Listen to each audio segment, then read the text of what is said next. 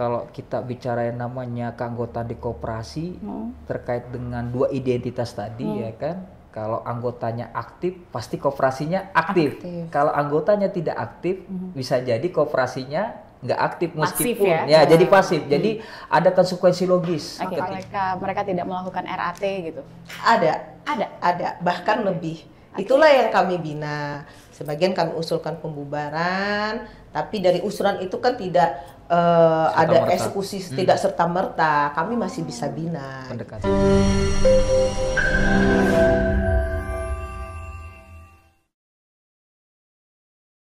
Oke, kita pastinya sudah nggak asing lagi dengan yang namanya koperasi. Di sini ada yang tahu arti koperasi? Nggak ada yang tahu? Nggak ada yang tahu? 1, 2, 3 nggak ada yang tahu? Wadah, tempat, atau apa gitu? Tapi dia bukan yang yang tempat-tempat untuk pinjam uang ya, bukan sebenarnya. Jadi koperasi itu adalah merupakan salah satu atau mungkin juga fasilitas untuk menggerakkan ekonomi rakyat, bukan begitu nggak sih Pak Bu? Betul. Nah, salah satunya itu ya. Jadi hari ini memang di Ngopi Ngobrol Inspirasi kita akan membahas tentang apa untungnya koperasi bagi masyarakat. Nah di sini sudah hadir Ibu Nurrahmi SIPMM, Kepala Dinas Koperasi Usaha Kecil Menengah dan Perindustrian Kota Samarinda. Assalamualaikum Ibu. Salam. Sehat Bu? Sehat selalu. Sehat selalu, alhamdulillah. Ini kita yang keberapa kali kita bertemu di podcast ya Bu ya? Tapi Dua kali ya Bu ya? Tapi cerita kemarin kan tentang UMKM, tentang kur bertuah. Betul. Kalau yang hari ini kooperasinya. Oke. Baik, kemudian juga ada Pak Jumri, Dewan Koperasi Indonesia Kota Samarinda. Bentar Bu. Sehat Pak? Alhamdulillah sehat. Gimana kabarnya Mbak Lisa? Saya juga sehat Bapak, alhamdulillah. Ya kita harus semangat, apalagi kita menyambut Ramadan. Kayaknya banyak nih masyarakat akan berbondong-bondong ke koperasi jangan-jangan. Ya, kalau secara umum mungkin ya, karena memang tentunya pasti banyak kebutuhan. Kayaknya betul. Apalagi harga bergas naik nih. Ya, itu juga salah satu faktor pemicu. Tapi kalau kita kembali ke substansinya bahwa memang kita kembalikan lagi bahwa koperasi nanti akan terjawab untung atau tidak, nanti kayaknya lebih asik kalau diobrolin secara menyeluruh memang sebenarnya. Betul. Mungkin dalam konteks ini pertama-tama Dewan Koperasi Indonesia daerah Kota Samarinda sangat mengapresiasi sekali ya terkait dengan informasi-informasi yang beredar mengenai koperasi dan memang tugas kita bareng Bu ya dengan pemerintah, karena memang Dekopinda dengan pemerintah itu adalah mitra. Jadi mitra bagaimana mengembangkan koperasi sebagai simbol ekonomi kerakyatan, ya, perwujudan ekonomi kerakyatan juga. Ya, kita mau meningkatkan dari sisi jumlah, mutu, kualitas dan sebagainya. Ya, kualitas yang harus dikedepankan ya Pak Jumri. Benar sekali, benar sekali, karena kalau kita bicara namanya kualitas koperasi kan sebenarnya ini kan tergantung daripada praktek bisnis di koperasi itu sendiri. Ya. Selain ini praktek bisnis yang ada di koperasi itu sendiri kayak gimana sih Pak? Jangan sampai itu salah digunakan oleh masyarakat gitu. Ini menarik memang. Iya. Kalau saya bicara substansi praktik, memang itu sudah diatur ya di Undang-Undang Perkoperasian Nomor 25 Tahun 1992, di mana ada 7 prinsip koperasi, ya, dan ada nilai-nilai berkoperasi. Jadi ibaratnya seperti mobil nih, ya, koperasi. Dikatakan mobil itu kan kalau dia berbentuk nih. Ada bentuk mobilnya, ada mesinnya, ada remnya, semua berfungsi. Betul. Nah, kalau secara sederhananya, kalau tidak ada mesin, tapi kan kelihatan di situ masih bentuknya. Nah, instrumen penggeraknya itulah yang disebut sebagai prakteknya. Berjalan atau tidak, remnya berfungsi atau tidak, ketika mekanisasi yang ada di mobil itu berjalan semua. Tapi ketika kita kehilangan sebuah fungsinya saja, remnya saja yang patah, kalau jalan tidak ada rem, gimana kira-kira? Pasti nabrak. Nah, kira-kira itu ilustrasi sederhana koperasi seperti itu. Jadi menempatkan koperasi sesuai dengan fungsi dan pengertiannya, termasuk juga bagaimana menjalankan bisnis koperasi prakteknya. Nah, itu kira-kira mungkin Itu sedikit di lah ya awal. gambaran dari koperasi itu sendiri, Iya. Pak Jumri. Oke, Bu Nurrahmi. Jadi gini, sebenarnya kan koperasi itu wadah sebenarnya Pak ya, wadah berkumpul bersama sebuah organisasi di mana memang tujuannya adalah untuk mensejahterakan semua anggotanya gitu. Dia boleh bergerak macam-macam, boleh disimpan pinjam, mungkin boleh di bidang usaha mikro boleh. Itu merupakan satu kesepakatan bersama daripada anggotanya mau bergerak kemana gitu. Betul. Makanya rapat anggota itu penting di kalangan para anggota koperasi. Dia ada pengawas, kemudian ada pengurusnya. Di mana di akhir tahun itu setiap tahunnya Pak Jumri, akhir tahun itu akan disampaikan oleh pengurusnya bahwa ini loh geliat kita 1 tahun seperti ini seperti apa. Kemudian para anggota juga mendengarkan informasi itu. Kemudian kalau misalnya melihat kondisi memang ada perubahan dinamika di masyarakat yang kalau memang mau ke arah mana diubah ya boleh. Yang penting ada hal-hal yang memang harus disepakati bersama. Dia harus berbadan hukum, kemudian juga harus didaftarkan di Kementerian Koperasi melalui ODS ya Pak. ODS. Ya. Nah seperti itu. Jadi terpantau dan bahkan kemungkinan besar kalau misalnya itu terjadi sesuatu hal yang sifatnya ada tati-tati, kemudian tidak berhubungan dengan sifat pinjam, dia bisa diawasi dengan OJK seperti itu. Kalau orang awam bisa melihatnya itu sama dengan bank sebenarnya. Aku bisa pinjam uang di koperasi, bukan itu. Belum tentu koperasi itu ada berhubungan dengan sifat pinjam, tapi sih biasanya karena dia sana ada permodalan, biasanya ada sifat pinjamnya ya Pak ya. Betul. Tapi seperti ada juga yang berhubungan dengan ketenagakerjaan atau dengan angkutan. Tapi yang namanya mesejahterakan, dia tahu bahwa anggota juga perlu modal atau kebutuhan sehari-hari, dia akan memberikan sifat pinjam. Tentu saja kalau di rate sih bunganya nggak sama dengan di bank Pak ya, dia pasti lebih rendah. Lebih rendah. Lebih rendah. Itu pun pinjaman itu juga dibicarakan dengan anggota berapa sih bunganya yang akan disepakati, bukan pengurus semena-mena menentukan nanti bunganya sekian persen, enggak. Nanti kita akan bicara bersama ini bagusnya untuk kemajuan koperasi bunganya berapa sih untuk kelangsungan kegiatan koperasi. Jadi kan. semua sesuai dengan SOP juga gitu ya? Iya, dia harus berdasarkan rapat anggota itu di dalam koperasi itu dijunjung sangat tinggi. Itu dia. Dan itu juga berdasarkan hasil kesepakatan Iya, dengan persetujuan. Iya, persetujuan. Baik menentukan kepengurusannya juga berdasarkan yang dipilih oleh anggota. Karena memang koperasi ini berbeda dengan dia berdasarkan asas musyawarah dan gotong royong ada di dalamnya seperti itu. Oke, sebagai kepala dinas gitu ya Bu, di Samarinda sendiri jumlah koperasi yang kemudian itu berbadan hukum, ini legalitas gitu ya? Jadi gini, seiring dengan waktu ya, koperasi itu banyak. Oke. 1000 hampir 1400-an. Tapi yang aktif itu cuma 300-an lebih. Kenapa? Selebihnya kemana Bu? Kenapa? Karena biasanya kesulitan mereka tuh di setiap laporan RAT itu Pak ya, Salah satunya. itu yang kadang-kadang mereka tuh tidak mampu melakukan. Padahal ada beberapa indikator yang menjadi isian supaya koperasi itu dikatakan benar-benar eksis. Artinya koperasi sehat sebenarnya. Dia punya RAT dan lain-lain Pak ya. Cuma memang mengumpulkan anggota untuk rapat dan lain-lain itu kadang-kadang bahkan kemungkinan besar kepemahaman kepengurusannya sendiri tidak secara keseluruhan memahami apa itu dinamika koperasi. Sepanjang dia ada simpanan wajib, simpanan pokok, kemudian berjalan simpan pinjam sudah. Padahal itu perlu dipertanggungjawabkan setiap tahun di akhir tahun. Karena kita kan melihat ketika pertanggungjawaban ini koperasi ini ada mengalami kerugian atau enggak atau apa. Kadang kan bisa jadi kalau Kementerian Koperasi itu ada support tentang bantuan dana dan lain-lain, di situ dia beda. Dia sokoguru. Jadi contoh kalau di luar negeri itu malah kayak di mana tuh Pak yang rukonya banyak itu di kalau nggak salah di Singapura atau di mana ya. Itu di Inggris atau apa saya lupa. Itu ruko-rukonya, tempat-tempat itu malah dihidupkan dengan koperasi. Malah dengan koperasi. Tapi kita di sini sepertinya malah justru sebaliknya ya Bu? Mungkin tidak keberanian expand tentang kegiatan usaha, lebih oriented kepada kebanyakan adalah simpan pinjam seperti itu. Kebanyakan yang dilakukan oleh makanya anggota tahun masyarakat ini, gitu ya? Tahun ini kami melakukan pendampingan supaya kedepannya sedikit demi sedikit koperasi sehat itu bertumbuh gitu loh. Koperasi sehat itu bertumbuh, mempunyai aturan dan lain-lain. Kalau kemarin pendampingan yang dilakukan ini yang seperti apa tuh? Artinya apa? Kita melakukan bimtek, kemudian pelatihan, kemudian apa yang menjadi aturan-aturan itu kita masukin sama-sama bersama-sama koperasi. Ayo buat isiannya, ayo lengkapin kesulitan kamu apa, ini di mana anunya sumbatnya. Nah itu yang akan kita sama-sama kita pecahkan, kita carikan solusinya. Kadang-kadang kan pengurus ini, mohon maaf ya, kadang-kadang namanya banyak tapi yang ngerjain cuma 2-3 orang. Nah itu yang jadi masalah. Itu yang sering terjadi di sering jadi masalah.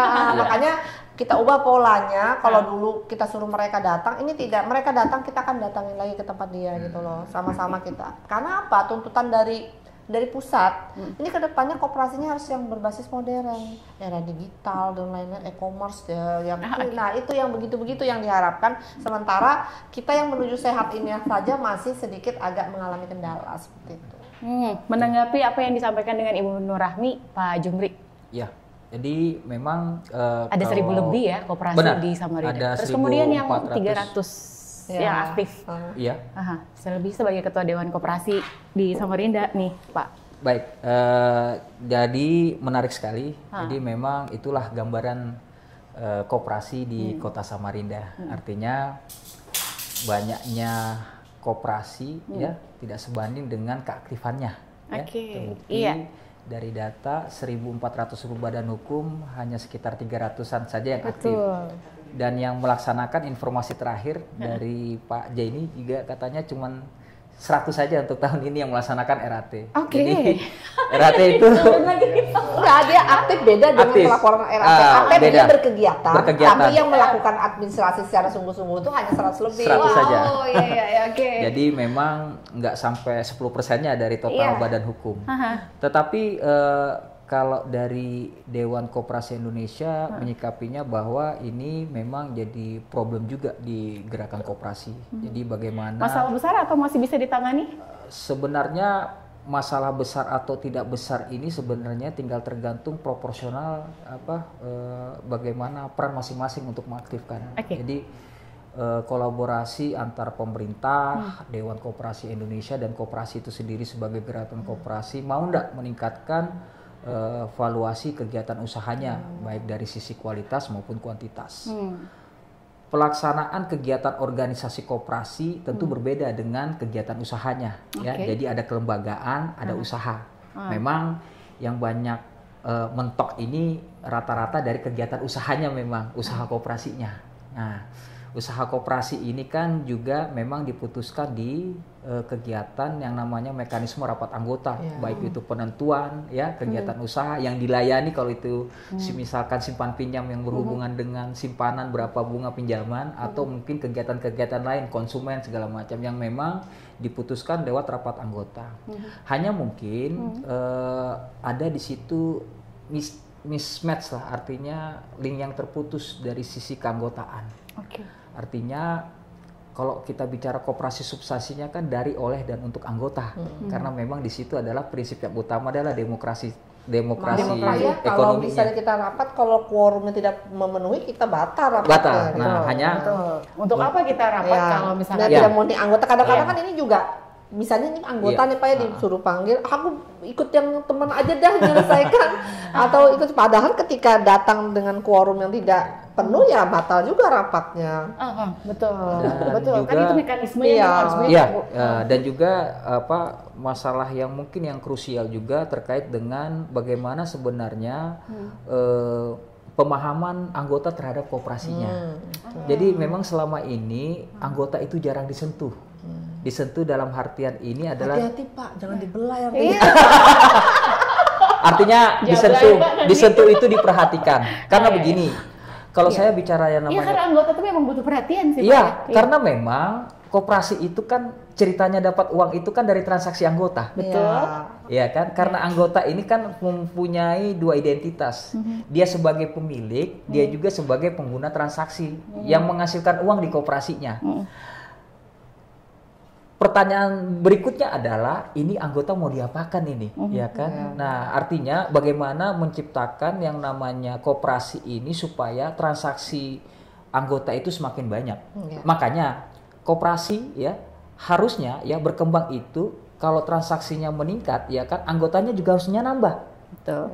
Nah, jadi penambahan anggota itu akan berdampak sekali terhadap peningkatan omset atau usaha koperasi. di sisi lain ya kan orang mau jadi anggota itu kan karena tertarik bisnisnya di koperasi. Tentunya harus dibungkus dengan aturan-aturan di koperasi itu sendiri. Nah, aturan-aturan di koperasi itu tidak sepenuhnya dipahami oleh anggota koperasi. Nah, makanya itu perlu namanya instrumen dan itu jelas diatur di anggaran dasar rumah tangga koperasi mengenai pendidikan anggota. Makanya kalau saya bicara yang namanya koperasi, dilihat dulu ini anggota terdidik di koperasi berapa.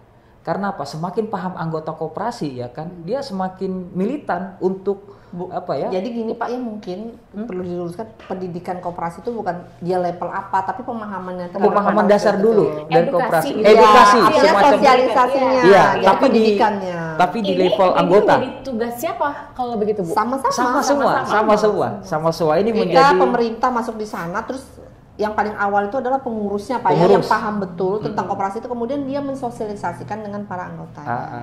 Lewat yang namanya pendidikan anggota, ya kan di internal dia sifatnya di internal di anggotanya. Kami hadir itu kadang-kadang hanya menginformasikan tentang aturan betul. Gitu. Nggak bisa kalau pemerintah saja yang hadir, nggak bisa.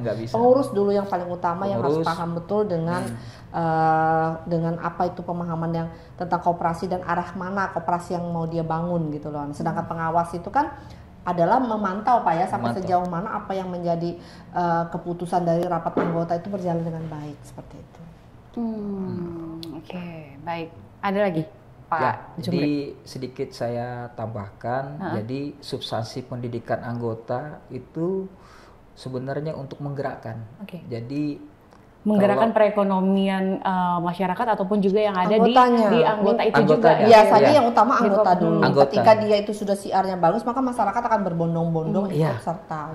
Jadi kalau kita bicara yang namanya keanggotaan di koperasi terkait dengan dua identitas tadi ya kan. Kalau anggotanya aktif, pasti koperasinya aktif. Kalau anggotanya tidak aktif, bisa jadi koperasinya nggak aktif meskipun jadi pasif. Jadi ada konsekuensi logis ketika anggota itu dididik ya dengan tidak dididik.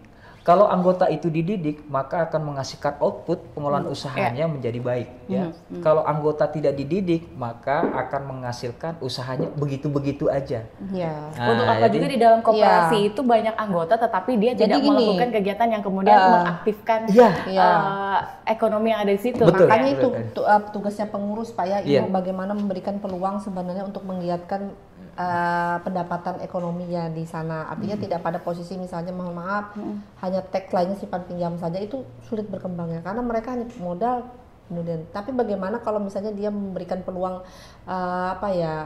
hal-hal yang bisa meningkatkan perekonomian. Makanya kemarin kita sampaikan Pak ya bahwa ini sekarang lagi boomingnya tentang UMKM.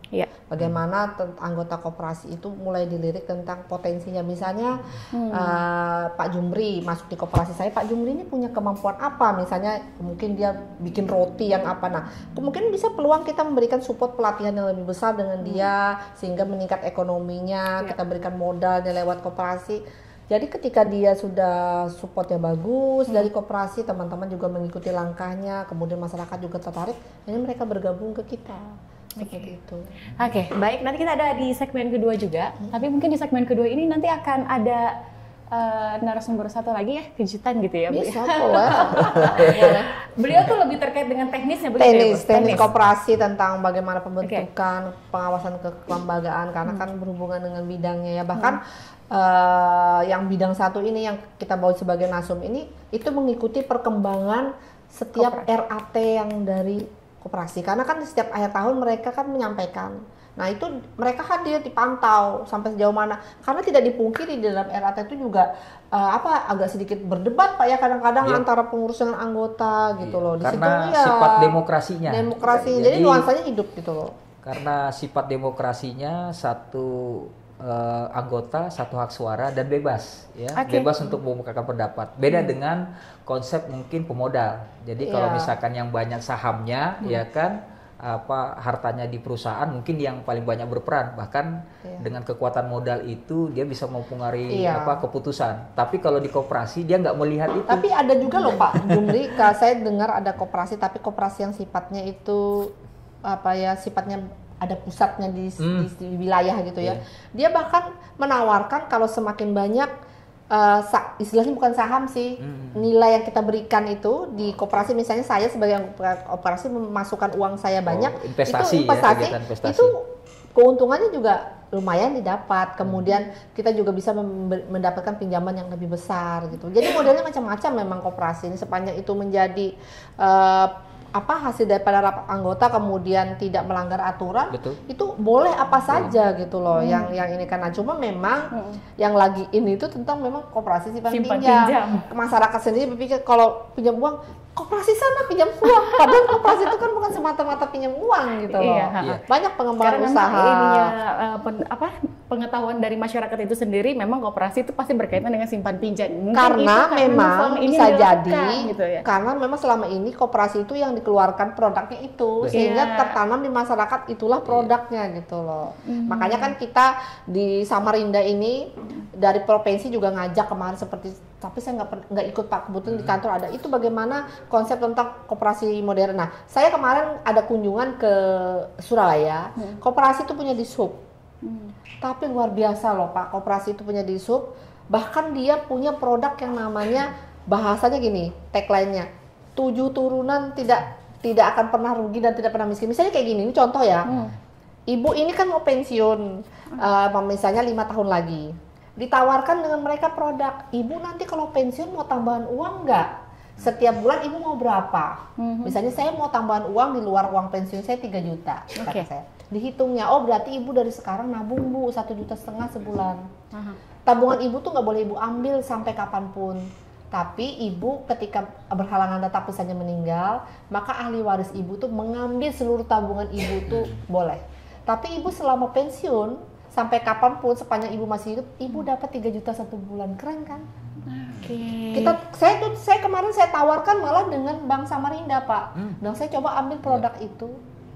Ya bisa untuk menjamin, karena saya yakin pegawai negeri tidak pandai, banyak yang berusaha setelah pensiun itu bingung gitu loh mau berusaha apa. Itu bisa, bahkan ada yang baru masuk PNS, dia gabung, cuma iuran satu bulannya cuma 100.000 loh Pak, untuk kedepannya dia dapat 10 juta 1 bulan. Menarik kan? Iya. Nah, menarik. Kemudian dia juga mengusahakan tentang adanya supermarket atau minimarket yang dia kembangkan, kemudian kredit barang, misalnya motor, dia bahkan dia tidak menutup kemungkinan orang luar boleh masuk, honor pun boleh masuk. Nah itu kami kemarin tadi banding ke sana, bagaimana perluasan usahanya bukan sekedar simpan pinjam. Tapi memang Pak ya, di Jawa tuh luar biasa koperasi. Geliatnya luar biasa. Memang. Mudah-mudahan itu nanti bisa diimplementasikan di Samarinda. Insya Allah. Ya itu dibanding di sana. Ya makanya saya bilang kalau misalnya kita tidak bisa, saya bilang coba Bank Samarinda juga pelajari, karena kan Bank Samarinda punya bank kan, coba pelajari itu, siapa tahu bisa mulai menggeliatkan itu, bisa jadi contoh teman-teman yang lain. Betul. Gitu. Apalagi tujuannya dengan PNS, kemudian ya lingkungan, jadi kan itu pasti akan menjadi menarik perhatian juga untuk mereka. Tapi kalau misalnya bank juga koperasi juga ada yang ikut itu, makanya kan nanti Pak ya, kita maunya nanti kita setiap tahun kan ada acara sebenarnya peringatan Hari Koperasi. Tahun kemarin kita absen Pak ya keluar. Ini nanti mungkin tahun ini kita akan coba berkomunikasi dengan seluruh koperasi yang ada di Indonesia. Biasanya kalau sharing gitu Pak, banyak informasi-informasi. Bahkan kemarin Ibu Vivi beserta rekan-rekan itu keluar ke Surakarta itu menawarkan investasi loh Pak. Siapa tahu ada koperasi yang dulu mau buka cabang di Samarinda dengan menyampaikan potensi-potensi yang dimiliki oleh Samarinda. Baik, nanti kita akan membahas itu lebih menarik lagi di segmen kedua pastinya ya. Baik, terima kasih Ibu. Ya, sama-sama. Kalau ini tetap di narasumber. Nanti yang kedua perhatikan, kita akan ganti narasumber. Iya, oke. Kita akan kembali saja di berikut.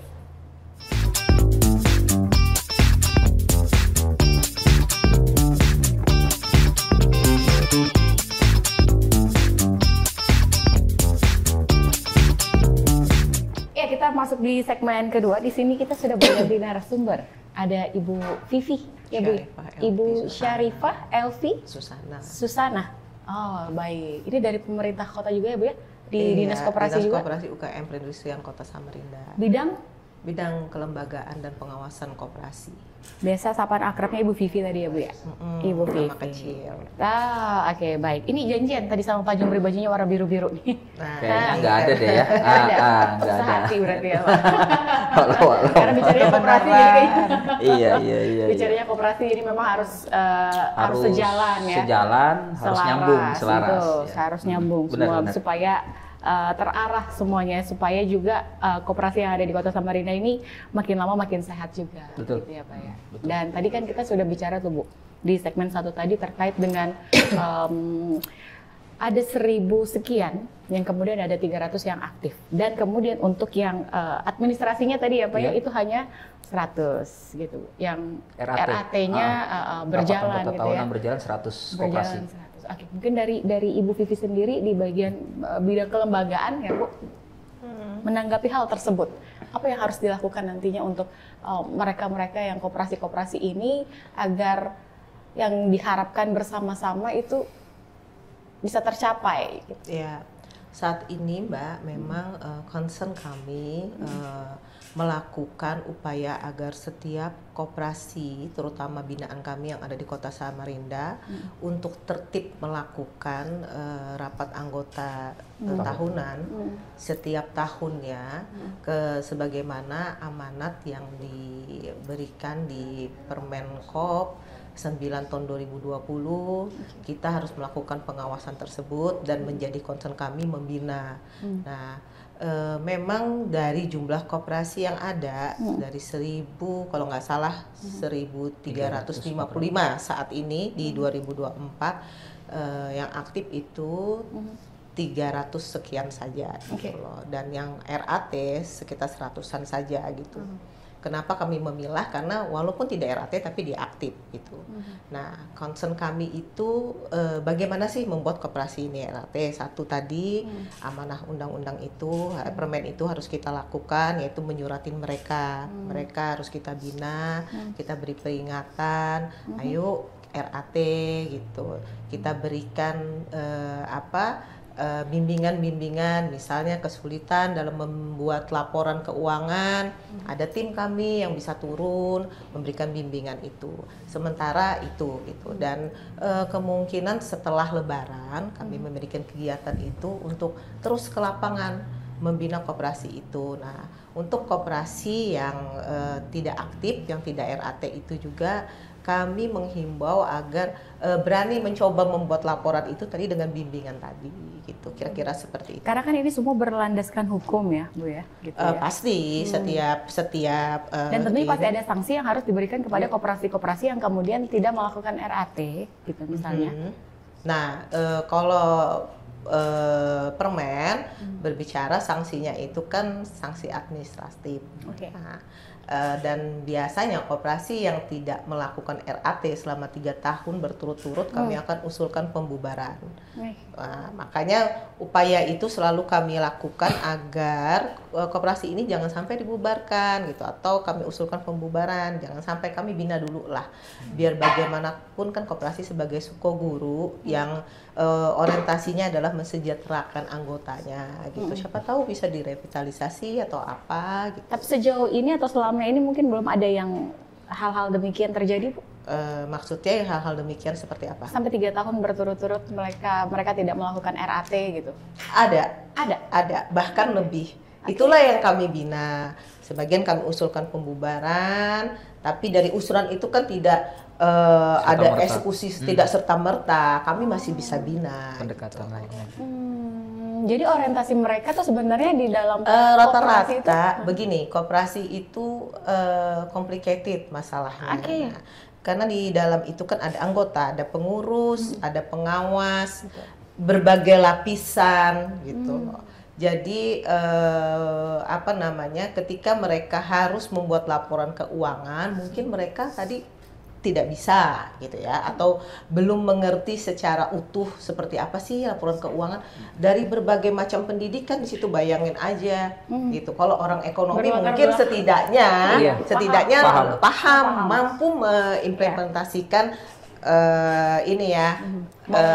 keuangan itu seperti apa gitu, membuat laporan seperti apa. Tapi kalau yang orang awam mungkin kesulitan. Nah, itulah yang kita konsenkan terjadi kemudian di situ ya, Bu, ya. Nah, ketika dia tidak lagi dibubarkan, misalnya sudah diusulkan pembubaran gitu, tapi tidak jadi gitu. Kenapa? Karena upaya kami tadi, siapa tahu bisa dibina gitu loh. Kita bina kalau memang bisa, kalau nggak tidak bisa sama sekali binasakan ya. terkecuali anggotanya memang sudah tidak ada lagi gitu. Anggota itu memang udah habis, udah tidak ada, yang mau tidak mau, karena itu badan hukum, ada legalitas, kita harus bubarkan. Pernah mendapatkan koperasi-koperasi yang kemudian legalitasnya dipertanyakan nggak, Bu? Di Samarinda ini banyak nggak, Bu? Ada yang begitu juga? Itu koperasi, itu bukan koperasi, itu rentenir gitu. Kalau yang udah kita bina yang siapa tahu masyarakat yang sama sekali tabu dengan hal-hal begitu ya kan, Bu. Jadi kan memang perlu juga di sini disosialisasikan atau perlu dibedakan. Koperasi itu kan dari mana ya, perlu dibedakan. Koperasi itu kan tentunya sama dengan PT, sama dengan yayasan memiliki legalitas gitu. Dan koperasi itu secara di Undang-Undang 25 tahun 92 adalah badan usaha yang beranggotakan orang perorangan dan badan hukum gitu, yang prinsip-prinsipnya untuk mensejahterakan anggotanya yang berasaskan kekeluargaan. Itu di undang-undang gitu. Yang dibina di dinas itu yang berbadan hukum gitu. Ketika dia tidak berbadan hukum tapi dia menjalankan prinsip-prinsip koperasi gitu loh. Misalnya simpan pinjam, jenis koperasi itu ada 5, Mbak. Simpan pinjam, pemasaran, produsen, jasa gitu. Konsumen. Nah, ada 5 jenis. Yang banyak itu kan orang berpikirnya koperasi itu hanya simpan pinjam. Nah, tidak berbadan hukum itu biasanya menjalankan itu, menghimpun dana ke orang tanpa ada legalitas ya, simpan pinjam tadi. Itu tidak bisa dikatakan itu rentenir, tidak bisa dikatakan koperasi, dibedakan gitu. Kan itu artinya kan juga akan merugikan sedikit dari masyarakat gitu ya kan, Pak, yang kayak begitu-gitu kan, yang sampai ini semakin berkembang dan kemudian masyarakat taunya ini dari koperasi ini misalnya begitu ya kan, karena mungkin dia ada apa hal-hal apa yang kemudian percaya gitu masyarakat. Ini kan begitu ya Pak Jumri ya? Ya, jadi memang masyarakat kita ini kecenderungan ini kalau sudah bicara koperasi mindsetnya adalah simpan pinjam kan? Bukan hanya simpan pinjam, artinya alat untuk menyelesaikan masalah jangka pendek. Nah, yang dimaksud dengan alat menyelesaikan masalah jangka pendek ini minjam. Dengan apa ya, bunga yang proporsi gitu. Saya nggak bicara bunga dulu, saya bicara adalah menyelesaikan masalah dalam jangka pendek dulu ya. Ketika dia mencoba mengakses lembaga keuangan akses lembaga keuangan kan kalau di Indonesia ini kan perbankan nih atau lembaga keuangan yang dikelola oleh koperasi. Nah, tiba-tiba ujuk-ujuk ini ada lembaga keuangan yang lain yang dalam tanda kutip mungkin ya kan yang dikatakan itu yang terjadi. Sehingga mereka ini sebenarnya juga karena layanannya langsung dia akan mencoba untuk menawarkan produk. Nah, dengan label itu tadi koperasi. Nah, yang jadi persoalan ketika dia menawarkan pinjaman itu dia menawarkan label koperasi. Apakah legal atau apa? Masyarakat kan tidak melihat legal atau ilegalnya. Masyarakat melihatnya adalah kan pasti sasarannya ini masyarakat yang kelas-kelas menengah ke bawah. Iya, benar. Nah, yang terjadi di kelas masyarakat, koperasi adalah tempat saya untuk meminjam uang. Padahal ketentuan syarat koperasi itu adalah dalam klausalnya wajib untuk menyetor simpanan pokok, simpanan wajib dan sebagai tanda keanggotaannya dia di koperasi. Harus jadi anggota dulu, baru bisa mengakses yang namanya benar. Yang terjadi adalah yang diberikan pinjaman masyarakat itu notabene-nya bukan anggota koperasi, tetapi calon anggota atau nasabah. Yang bisnisnya yaitu yang dikelola oleh lembaga yang mengatasnamakan koperasi itu tadi. Nah, praktek ini yang terjadi sampai hari ini. Lalu apa dong yang harus dilakukan oleh mungkin di sini Pak Jumri ya sebagai ketua Dewan Koperasi juga gitu untuk bisa mengantisipasi hal tersebut tuh semakin berkembang gitu, semakin banyak. Mungkin nanti juga bisa berkaitan dengan Ibu Vivi ya di sini ya. Iya. Saya klarifikasi bukan ketua. Jadi saya sekretaris Dewan Koperasi Indonesia. Jadi ini memang juga menjadi sebenarnya masalah hukum juga, masalah sosial juga. Padahal kalau dari Dewan Koperasi Indonesia ini sebenarnya banyak tugas-tugas untuk menyampaikan informasi. Betul. Harusnya ya kan, harusnya informasi ke masyarakat. Iya, pendekatan masyarakat, memberikan informasi, kemudian edukasi dan fasilitasi ya. Betul. Hanya mungkin tahap-tahap yang kami lakukan itu adalah untuk memberikan informasi mengenai apa itu koperasi. Nah, jadi untuk sebagai pembanding masyarakat ya kan dengan praktek yang dia lakukan saat ini dengan koperasi yang sesungguhnya yang berjati diri tadi yang saya jelaskan tadi di awal.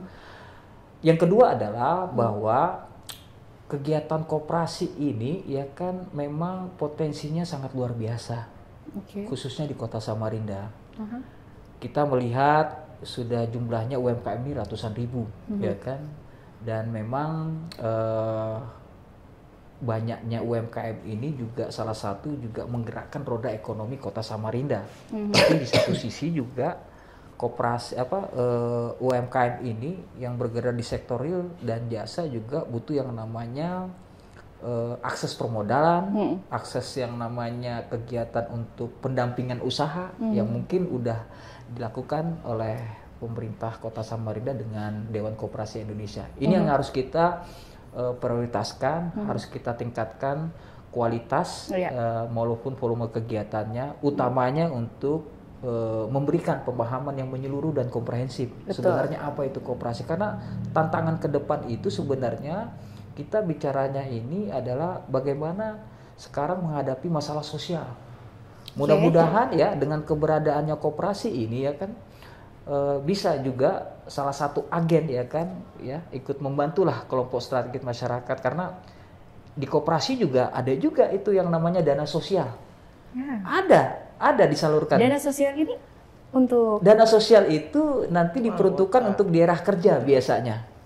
Ada. Sama kayak perusahaan-perusahaan yang lain. Makanya koperasi dengan potensi yang seperti itu harusnya bisa dikelola. Hanya sekarang yang mungkin kita mulai dari mana ini? Nah, ini yang jadi mungkin tantangan. Saya nggak jadi persoalan ya, karena tantangan ekonomi kita ke depan ini kan kita bicara yang namanya bagaimana menghimpun yang namanya pasar tenaga kerja yang masuk di salah satunya di koperasi, terus juga bagaimana peran koperasi untuk yang namanya mengatasi inflasi terkait dengan distribusi, karena memang selama ini kan yang jadi persoalan ini kan koperasi ini kan belum sepenuhnya, artinya belum sepenuhnya menjadi lembaga profesional ya. Saya tidak katakan juga profesional, belum sepenuhnya bisa secara spesifik meningkatkan taraf kualitas. Nah, kualitas masyarakat.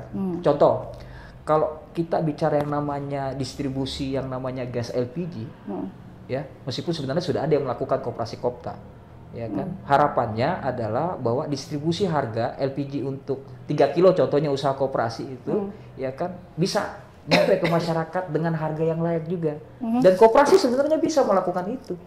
Kalau misalkan harga eceran 17.000 ya kan, mungkin dengan koperasi kan bisa ada juga bukan 17.000. Harga ecerannya sudah 17.000, harusnya dia menjualnya ya kan sama dengan atau tidak mahal. Karena yang beredar di pasar ini yang di pinggir-pinggir jalan UMKM itu kan harganya itu kan bisa sampai 50%-nya selisihnya harganya. Nah, ini kalau misalkan tata kelola salah satu saja ya kan di koperasi bisa mendriven ya barang-barang terkait dengan kebutuhan masyarakat, itu akan lebih bagus. Tanggapan dari Bu Vivi? Ya, benar yang dikatakan Pak Jumri, artinya koperasi itu dibanding lembaga yang lain seperti lembaga pembiayaan yang lain, misalnya saja bank atau apa, jauh di bawah itu ya, artinya rate-nya jauh di bawah itu gitu. Cuman memang konsepnya kan kalau koperasi itu kan kesejahteraan untuk anggota, berarti mereka yang di dalam dulu yang disejahterakan gitu. Masalah secara global, masalah lembaga ini dapat bersaing atau tidak itu tergantung pengelolaan sih, sebenarnya tergantung pengelolaan. drivernya bagaimana ketika dia bicara koperasi produsen misalnya. Anggotanya seperti apa, bergeraknya untuk memajukan usahanya, bagian dari edukasi mereka sendiri untuk memajukan usahanya itu. Tentunya harus ada yang mensupport gitu. Bayangin, koperasi itu rata-rata modal yang mereka milikin untuk pendiriannya kan hanya 15 juta. 15 juta. Di dalam undang-undang itu seperti itu, rata-rata seperti itu. Usaha yang mereka bangun ini seperti apa sih ke depannya? Belum tentu kan mereka bisa ada yang support gitu. Pihak ketiga, orang koperasinya juga masih baru gitu kan.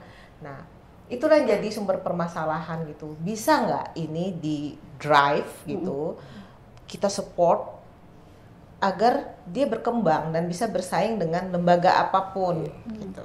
Itu menjadi PR juga sebenarnya gitu. PR pemerintah pusat kan ini gitu loh. Jadi bagaimana kita kan hanya sebagai pembina ya tentunya pasti menyupport gitu. Cuman regulasi-regulasi yang menetapkan hal itu menjadi lembaga yang sangat kuat itu yang perlu dibuat sebenarnya seperti itu gitu loh. Oke. Jadi di terakhir ini sesuai dengan pertanyaan atau tema yang memang harus dibahas pada hari ini ya kan Pak Jumri. Lalu apa untungnya koperasi ini bagi masyarakat? Sangat bermanfaat dong, ada benefitnya pasti, terutama untuk anggota mereka. Bayangin Mbak, ketika katakanlah mereka belum memiliki kebutuhan yang cukup, mungkin anggaplah mereka pegawai yang belum menerima imbalannya, semisalnya mereka koperasi itu punya toko kecil, misalnya mereka bisa ambil bahan pokok di situ dan bayarnya nanti. Itu termasuk manfaat. Anggota kan juga masyarakat, gitu loh. Mereka tidak punya misalnya dana untuk membeli pakaian sekolah anaknya, misal nih contoh aja. Mereka bisa pinjam. Di situ ada unit simpan pinjam. Gitu. Nah, tapi kita bicara unit simpan pinjam nih. Sekarang kan koperasi dengan Undang-Undang Nomor 4 Tahun 2023 dan ada Permen 8 2023 harus memiliki izin. Meskipun itu jenisnya konsumen atau jasa yang mengelola simpan pinjam juga di situ namanya unit, bukan simpan pinjam bukan koperasi simpan pinjam, tapi unit simpan pinjam. Mereka harus berizin dengan aturan tadi. Itu yang menjadi kendala karena setiap unit simpan pinjam itu harus bermodalkan 500 juta untuk memberi izinnya gitu. Ironis ya, sementara mereka banyak di Samarinda koperasi yang memiliki unit simpan pinjam, banyak yang bagus juga gitu loh. Tapi mereka tidak bisa membuat izin karena terbentur dengan syarat yang 500 juta tadi gitu. Itu. Nah, ada Undang-Undang Nomor 4 tadi 2023 dan Permen Nomor 8 2023 itu. Kemarin kami baru melakukan BIMTEK agar seluruh unit usaha dan simpan pinjam itu bisa memiliki izin gitu. BIMTEK melalui OSS tadi. Cuman ya itu kendala yang ada, kendala persyaratan yang begitu besar di dalam aturan tersebut tadi akhirnya itu menjadi kendala buat mereka-mereka gitu ya. Pak Jumri, singkat. Kalau saya ditanya sangat menguntungkan sekali Kak atau tidak terkait dengan koperasi, bahkan saran saya bahwa UMKM termasuk pelaku usaha berbasis koperasi ya kan harus meningkatkan meningkatkan valuasinya, bergabung dengan wadah yang namanya koperasi. Karena banyak sekali manfaat yang bisa diakses di sana. Bukan hanya manfaat secara ekonomi itu tadi, tapi juga memberikan manfaat sosial yang luar biasa. Dan kalau itu konsisten ya, saya bisa katakan mungkin pendapatan ekonomi khususnya Kota Samarinda ini adalah bergerak di sektor ekonomi kerakyatan, dalam hal ini koperasi dan UMKM. Nah, saya kira itu. Jadi semakin banyak koperasi yang berkembang di Kota Samarinda itu juga akan semakin meningkatkan taraf hidup bagi anggota ataupun juga masyarakat yang kemudian ingin bergabung di koperasi itu sendiri ya Bu ya. Dengan catatan dengan catatan harus itu yang sesuai harus dengan regulasi, hukum dan lain-lain dan aturan-aturan di koperasinya masing-masing. Dan kemudian juga kita harapkan koperasi-koperasi yang kemudian ini tadinya tidak sehat di 2024 dan seterusnya ini akan kembali menjadi sehat kembali meningkatkan kualitas kooperasinya di masing-masing dan baik. Makin berkembang dan banyak cabang di mana-mana. Terima kasih Ibu Vivi. Ya, sama-sama. Terima kasih Pak Jumri yang sama-sama Ibu Lisa. Di studio kita di program Ngobrol Inspirasi. Mudah-mudahan ini juga tentunya memberikan informasi, edukasi dan juga inspirasi untuk kita semua. Saya Sin dan pamit undur diri. Sampai jumpa.